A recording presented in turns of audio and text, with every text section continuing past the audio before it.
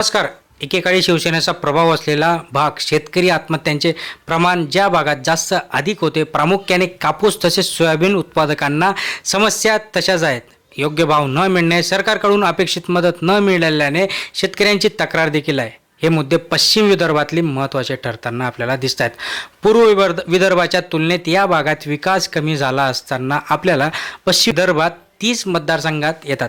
यामध्ये अमरावती, बुलढाणा, यवतमाळ, अकोला व वाशिम हे 5 जिल्हे यामध्ये येतात. यातील 5 ते 6 जागा सोडल्या तर बहुसंख्य मतदारसंघ ग्रामीण भागात मोडताना दिसतो. लोकसभेला यंदा येथील 4 पैकी महायुतीला 2 तर महाविकास आघाडीला 2 जागा जिंकता आल्या असताना दिसत आहे. अर्थात महायुतीला विरोधकांच्या मतविभाजनाने अकोला तसेच बुलढाणात हात दिला असताना विधानसभेच्या गेल्या वेळेच्या निवडणुकीचा विचार करता एकूण 30 जागांपैकी भाजपाला येथून फक्त 15 तर शिवसेनेला 4, काँग्रेसला 5, राष्ट्रवादी काँग्रेसला 2 तर इतरांना 4 जागा जिंकता आल्या. भाजप विरुद्ध काँग्रेस या दोन्ही राष्ट्रीय पक्षांमध्ये विदर्भात चांगलीच लढाई झाली. गेल्या वेळी येथील निम्म्या जागा भाजपने जिंकल्या होत्या. मात्र अमरावती जिल्ह्यामध्ये भाजपला चांगलाच फटका बसताना दिसला.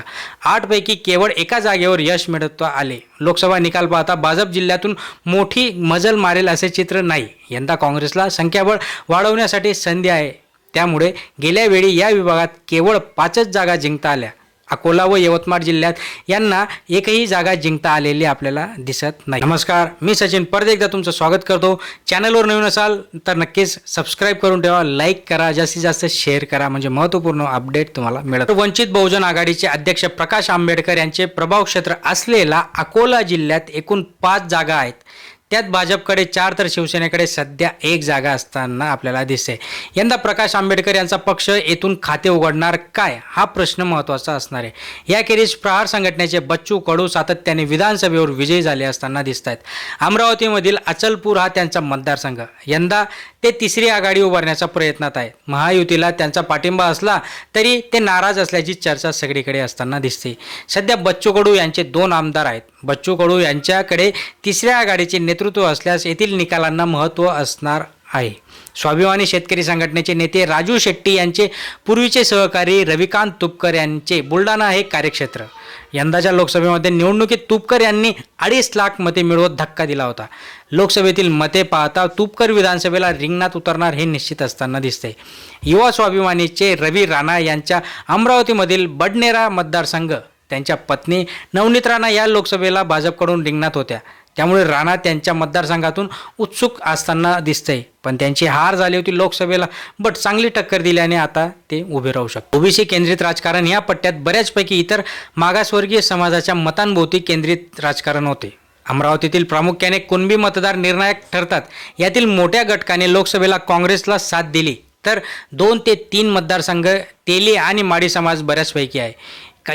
हा जो काही पट्टा असणार आहे यामध्ये काही प्रमाणात तरी भाजपचा पाठीराखा मानला जात असणार आहे. तसेच अमरावती शहरातील काही भाग व अकोला जिल्ह्यातील 2 मतदारसंघांमध्ये अल्पसंख्याक समाजाची बऱ्यापैकी मते असताना दिसते. उमेदवारी देताना राजकीय पक्षांना हे सारे घटक विचारात घ्यावेच लागतील. एकूण निश्चित जर विचार केला तर पश्चिम विदर्भात काँग्रेसचा हात तुर्तास थोडा मागे असताना आपल्याला दिसतोय.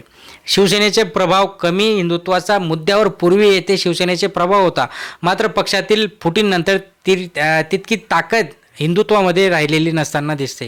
राष्ट्रवादी काँग्रेसमध्येही दोन्ही गटात वैयक्तिक करिश्म्यावर राजेंद्र शिंगणे आणि खोडके यांची ताकद आहे. मात्र पक्ष म्हणून तितके संघटन राष्ट्रवादी काँग्रेसकडेही नाही. हिंदुत्वाचा मुद्दा या भागात काही प्रमाणात प्रभावी आहे. आता भाजपला त्याचा कितपत फायदा मिळतो हे आपल्याला विधानसभेच्या अंतीच कळणार आहे.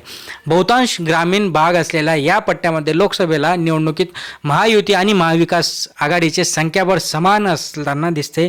आणि या ज्या काही गोष्टी असणार या जी आपली लोकसभा झाल्यानंतर आता विधानसभा आहे, हे विधानसभेमध्ये निश्चित असणार आहे. आणि जी काही 3री आघाडी पश्चिम विदर्भात किती आघाडीवर असणार आहे हेच आपल्याला इथे बघण्यासारखं असणार आहे. त्यामुळे अशाच महत्त्वपूर्ण माहिती, इंटरेस्टिंग गोष्टींसाठी सबस्क्राईब केलं नसेल सबस्क्राईब करा, लाईक करा, शेअर करा. धन्यवाद.